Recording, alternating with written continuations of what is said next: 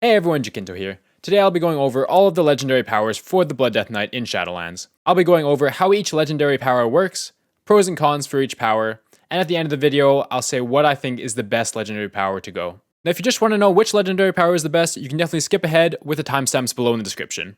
Or you can watch my Blood Death Knight quick start guide. But if you really want to learn more about the Blood DK legendary powers, I recommend you watch on. Now why would you want to learn more about the legendary powers? Learning more about these powers can really help you understand the Blood Death Knight spec better. In addition, legendary powers are always subject to being nerfed, buffed, or reworked. So our best legendary powers right now may not be the best for the future. Now when choosing a legendary power, we're going to be looking at three aspects. The amount of additional damage output that the legendary power is going to give you, the additional mitigation from the effects of the legendary power, and how the legendary power affects our resource generation. So with all that said, let's get into it. I'll be starting with the first power that appears on my list, which is Bryndaor's Might. If you run Bryndaor's Might, your Death Strike will refund 15% of the runic power spent if it heals you more than 10% of your maximum health. If you have Ossuary active, this means that your 40 runic power Death Strike will refund to 6 runic power. If you don't have Ossuary active, your 45 runic power Death Strike will refund 6.75 runic power. This is a great legendary as you know when you're going to get that refunded runic power. More runic power back means you can Death Strike more and more often. Do note that this is only active if you heal more than 10% of your maximum health. This should be the case in most situations when you're actively tanking, but if you're not tanking, say you're in raid and you're off tanking currently, it won't net you anything until you start taking that damage. Overall, while actively tanking, this legendary power will give you the most runic power back out of all the other legendaries, so it's definitely good to take this one into consideration. Next up, we have Crimson Rune Weapon. When a charge of your Bone Shield is consumed, the cooldown of your Dancing Rune weapon is decreased by 3 seconds. Additionally, your rune generation rate is improved by 40% for 10 seconds after Dancing Rune weapon expires. This legendary increases the amount of Dancing Rune weapons you'll be able to use throughout a boss fight or throughout a Mythic Plus dungeon. The 40% rune generation rate is really nice to have as well after using your Dancing Rune weapon. This legendary is best used in a Mythic Plus situation where a lot of your Bone Shield stacks are going to be consumed pretty quickly. This legendary does fall off in a single target situation, as your Bone Shield stacks won't be consumed as often, therefore your Dancing Rune weapon cooldown time won't be decreased as much. In addition, this legendary also has good synergy with the Conduit Meat Shield. Having both of these really makes your Dancing Rune weapon a very large cooldown, larger than it already is. The negative aspect about this legendary is that it does not give you anything when Dancing Rune weapon is not active. It does give you that decreased cooldown time of Dancing Rune weapon, but while you're waiting for that Dancing Rune weapon cooldown, you don't get any benefit from the legendary. Your Dancing Rune weapon really doesn't deal that much damage either, so it's not much of a damage throughput increase. The third legendary power we're going to look into is Gorefiend's Domination. Gorefiend's Domination makes Heartstrike reduce the cooldown time of your Vampiric Blood by 2 seconds. This can lead to a very reduced cooldown time of your Vampiric Blood, especially when paired with the Red Thirst talent. Having this decreased cooldown time allows you to use Vampiric Blood more often during a fight and throughout a Mythic Plus dungeon run. Although we do receive more mitigation from the additional uses of Vampiric Blood, we don't receive any damage output from this legendary, which is very important. Some of these legendaries will increase our damage by quite a bit, and the fact that this legendary does not increase our damage at all is off-putting. There's also going to be times when you're not going to be able to spend your runes on Heartstrikes. If you're low on Bone Shield stacks, you'll have to use Mirror for your runes, and if you're kiting, you're not going to be able to get into melee range to use those Heartstrikes. The lack of damage, and since you won't be constantly spamming Heartstrikes, make this legendary fall off a bit. The next legendary power is Vampiric Aura, which makes your Vampiric Blood affect all of your party members for 50% effectiveness. That would mean that your party members are getting 15% maximum health, and 17.5% increased healing and absorptions. So this legendary power does make your Vampiric Blood a decent party cooldown to have. It can certainly be useful in Mythic Plus dungeons when your healer is struggling to top off your party. The downside of this legendary is that it does not net you any additional damage, does not give you any resource generation, and it does not improve your own mitigation. This legendary is purely to help out your party. It doesn't give you anything back in return. While it may seem like a decent party cooldown, because it doesn't give you any extra damage, mitigation, or resource, it does fall behind a lot of the others. The next legendary we have is Superstrain. For Superstrain, when Blood Plague is applied to an enemy with Blood Boil or Death's Caress, Frost Fever and Virulent Plague is also applied to that enemy. These additional diseases increase your overall damage by quite a bit. It's definitely the best throughput legendary that we have. These diseases are always up on our enemies as we press Blood Boil quite frequently. In addition to the increased damage, we do get extra runic power from Frost Fever as well. So Frost Fever has a chance to give us 5 runic power back when it ticks on an enemy, which is a decent amount of runic power. Having this additional runic power occur when you're kiting mobs, and having this additional damage when you're not in range of them is really beneficial. As Blood Death Knights are currently a lower damaging tank class, having this additional damage output is very nice. There's really no downsides to running this legendary, as it does give us that damage throughput, resource generation with runic power, and mitigation. Because we do get that extra runic power, we can use that on more death strikes. Next up is Phearomones. You and your minions gain 8% haste while standing in your Death and Decay, and Death and Decay has a chance for your enemies to cower for 3 seconds. Now while 8% haste would be nice to have, it's really not a ton of haste. This haste will increase our damage as well as our rune recharge time, but we do need to be standing in our Death and Decay for this to occur. While using Grip of the Dead, we will be using Death and Decay to kite mobs, as it will give us that slow. If we're kiting mobs with Death and Decay, we won't be able to stand inside of it. Therefore, we won't be able to benefit from the haste. The chance for the enemies to cower in place is nice, but it's RNG and may not happen. Bosses and lieutenants won't be able to cower in place, so it doesn't do anything when fighting them. Overall, it's just a low amount of haste to have attached to a legendary power, and since we won't be able to stand in our Death and Decay 100% of the time, this legendary does fall off. The next legendary power that we have is Death's Embrace, which increases the duration of your anti-magic shell by 140%, and it heals you for any damage that the AMS absorbs. So this would mean that your regular 5-second AMS would turn into a 12-second AMS. With my current gear of item level of 205, it absorbs just over 18,000 magic damage. So if all of that were to be absorbed, it would heal me for just over 18,000 health. Now while this may seem like a good amount of healing, it's not really enough for a legendary power. The increased duration of AMS is not very useful, as we often pop AMS just before we're about to receive a large amount of magic damage. So we often don't need that increased duration before the full absorption of AMS is used. In addition, if we're already at max health, we won't be benefiting from the healing portion of this legendary at all. Death's Embrace also does not give us any damage input or resources back to us.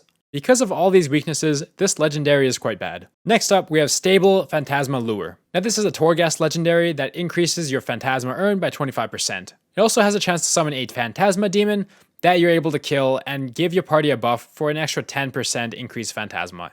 Now this legendary, even in Torghast, is quite lackluster. It doesn't give you any damage throughput mitigation or resources back, and you generally don't need that much Phantasma in your Torghast run. So even if you're just purely doing Torghast, I would still opt for a different legendary than this one. The next legendary is Grip of the Everlasting. Death Grip's cooldown is reduced by 3 seconds, and for the next 3 seconds after using Death Grip, you're able to use a second Death Grip without regard of Death Grip's cooldown. This can have some use if you really need to grip in mobs that are quite far away from each other, or if you need to grip in mobs frequently. But this legendary is purely for utility. It doesn't net you any damage, mitigation, or resources back. Because of this, this legendary really falls behind.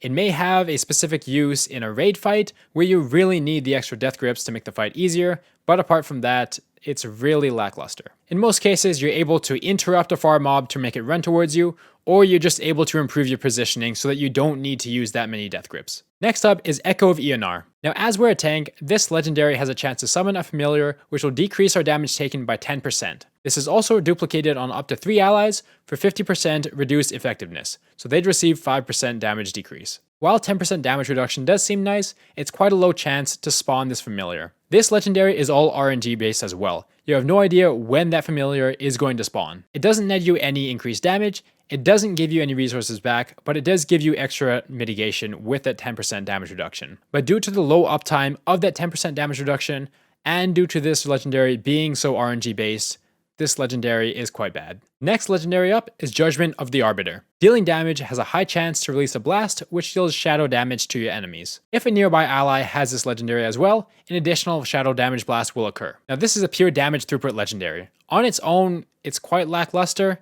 With an ally nearby, it does double its effectiveness. And while it does give us a moderate amount of damage, it doesn't give us any mitigation or resources back. It's purely damage. It's also RNG based, and we have no idea when that proc is going to occur. Because it doesn't give us any mitigation or resource, and because it does rely on having an ally with this legendary as well, which most people probably won't be running this legendary, it does fall off. Next up is Norgannon's Sagacity. Casting a spell grants you a stack of Sagacity, which can stack up to 10 times. When you move, you're able to cast while moving for 0.5 seconds per stack of Sagacity that you have. Now since we aren't a caster, this doesn't affect us at all and it gives us nothing. All of our abilities are already instant casts, apart from Blood Drinker, but we can already move while we're using it. So this legendary is useless for us. The next legendary power is Sephuz's Proclamation. This reduces the effectiveness of crowd control effects by 10%, in addition successfully applying a loss of control effect to an enemy, interrupting an enemy, or dispelling an enemy will give us 80 secondary stats for 15 seconds. and it does have a 30-second cooldown, so the most amount of time we can have this up is 50%. While this is a decent amount of secondary stats, it really is just quite lackluster. The secondary stats will give us some damage increase, but really not as much as some other legendaries. We will get a bit of mitigation from the secondary stats, but again, it does fall behind other legendaries as well. And same thing for resource generation. We only really get resource generation from the haste that it gives, which is quite minimal. This also hinges on us being able to interrupt, dispel, or apply a loss of control effect to the enemy. A lot of raid bosses won't give any of these opportunities, so if we can't do any of these effects, it's useless. There is the 10% reduced crowd control effectiveness, but 10% really is not enough to justify using this legendary. So overall, it's quite a bad legendary to have. The next legendary is Third Eye of the Jailer. Killing an enemy grants you the Third Eye, which increases your strength by 1% for 10 seconds. This can stack up to 7 times, and each additional stack increases its duration by 1 second. The effectiveness of this legendary is increased by 50% while you're in the Maw. It's useless on a boss fight when you won't be killing enemies consistently, as you won't be gaining any stacks. In a dungeon, the stacks will probably fall off, as it doesn't have a very long duration, so you'd have to kill the enemies together and have low amounts of time between pulls. Now in the Maw, it can give you a good amount of strength, but because of that low duration, you do have to be constantly killing enemies. So if you're running around the Maw trying to look for rares, it won't really get you that much strength. So it's quite a bad legendary overall. The second to last legendary we'll look at is Vitality Sacrifice. Taking significant damage from a player or elite enemy increases your damage and healing by 3% of the damage taken. This stacks up to a maximum of 9% damage and healing increase for 20 seconds, and this can only occur every 30 seconds. So at most, we do have a 66.6% uptime. If you don't take enough damage, you won't be receiving the full effects of this legendary. Since it does require you to take that much damage for the full effect of the legendary, it won't be useful if you're not tanking currently. So if you're off tanking in a raid, you won't be getting any effectiveness until you start to take damage. This also does not have 100% uptime, as there is a 10-second gap in between the duration of this buff and its cooldown. Even though 9% damage and healing sounds like it would be good, you're not always going to be at that 9% all the time, and it only has a 66.6% uptime, so due to this, it is quite a weak legendary. The final legendary is Maw Rattle. Killing an enemy has a high chance to spawn a Maw Rat that will explode at the corpse's location. This explosion will deal a small amount of nature damage to enemies in the area, and also decreasing the damage that they deal to you by 5% for 10 seconds. Now while it does do AoE damage and decreases the damage done by enemies that it hits, it does take 6 seconds for the Maw Rat to explode, which is quite a large amount of time. A lot of times in Mythic Plus, you won't be able to stand still for that long and hang around the corpse to wait for that explosion. It does depend on an enemy dying as well. So if you're killing all mobs together, and they all die at the same time, you have to pull the next pack of mobs into the corpses within 6 seconds in order for the explosion to hit them. And that usually wouldn't be possible. In a raid situation, there's usually not enough adds for this to have any effectiveness. If you're fighting a single target boss, this will be a useless legendary. So overall, it's quite a weak legendary to have. Now that we've gone over every single legendary power that the Blood DK can use, we'll go over the best legendary powers that you can have. And the best ones really come down to 2 choices: Superstrain and Bryndaor's Might. Both Bryndaor's Might and Superstrain will increase your runic power generation, and they both increase your damage as well. Superstrain from the runic power for death strikes, as well as the diseases, and Bryndaor's Might from the runic power to use on death strikes. So if you had to pick one, which one would you use? Superstrain is the best legendary for damage throughput. Those diseases do a lot of damage, and having that runic power refund is nice as well. Bryndaor's Might would be your go-to mitigation legendary, as you have that on-demand runic power refund, you know when it's going to occur. It will also give you more runic power back than Superstrain, assuming you're actively tanking. Overall, Superstrain is definitely your best bet going into Mythic Plus, as you'll be able to spread those diseases to many more targets. Bryndaor's Might shines more in a single target situation, as having multiple targets doesn't affect this legendary. In raids, unless you really want that extra on-demand runic power, I would still recommend going Superstrain. Even on single target fights, Superstrain is going to net you a lot of extra damage, as well as a good amount of runic power. So overall, Superstrain would be my recommended go-to legendary, with Bryndaor's Might behind that. If you wanted to try out both legendaries, you can definitely craft both and do so. You can craft rank 1 of both legendaries, try them out, and see how they work. Now if you crafted a different legendary than one of these two and you really want to optimize, don't worry, you can just craft these when you have the Soul Ash. If you're able to complete Layer 8 for both wings weekly now, you'll receive 1,140 Soul Ash per week, plus whatever Soul Ash you get from doing those weekly quests by Bolvar. So it won't be too long before you can craft one of these legendaries. So now here's my strategy of crafting my legendaries. So I am playing Unholy Death Knight in Raids and Blood Death Knight in Mythic Plus. So the first legendary I crafted was the Deadliest Core legendary for Unholy, and I crafted that at rank 2. The second legendary I crafted was my Superstrain. I crafted this initially at rank 1, and I upgraded it to rank 2 once I received the Soul Ash. Crafting rank 2 legendaries are the best bang for your buck if you're wanting to craft multiple legendaries. The amount of Soul Ash required is a lot less from rank 1 to rank 2 than it is from rank 2 to rank 3. It's also only a 15 item level difference from rank 2 to rank 3, so you're not missing out on too much extra throughput from not crafting your rank 3 legendary right away. From here, I'll probably just end up increasing the ranks of the 2 legendary pieces I have. Well, that's it for this video, everyone. I hope this helped you understand the Blood Death Knight legendaries even more, and help you make your decision on which legendary you should craft or upgrade. Thank you so much for watching, everyone. I really appreciate the support. Please like the video and subscribe if this video helped you or if you enjoyed it, and let me know what other content you'd like to see next. I've been thinking about doing individual videos for each individual spell for the Blood DK just to see how you can use each spell in different scenarios. So if you think that's good, please let me know. Thanks again, and I'll see you in the next one.